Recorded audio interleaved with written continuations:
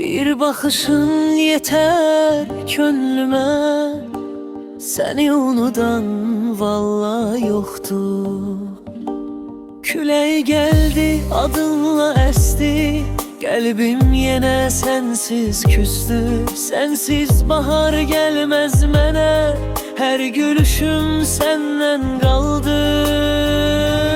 Yollar uzun, gece yaman, ümitlerim seni aktaran.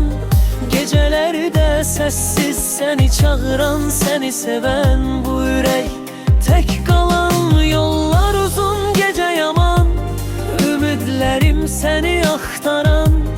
Gecelerde sessiz seni çağıran, seni seven bu yürek tek kalan.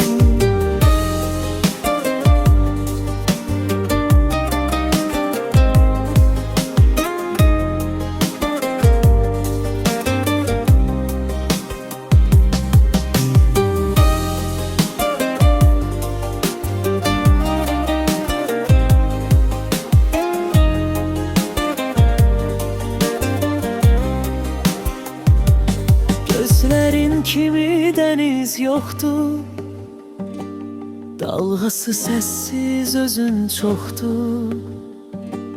Bir bakışın yeter könlüme, seni unudan vallahi yoktu. Küley geldi adınla esti, kalbim yine sensiz küstü. Sensiz bahar gelmez mene, her gülüşüm senden daldı.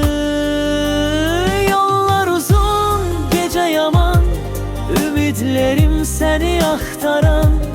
Gecelerde sessiz seni çağıran, seni seven bu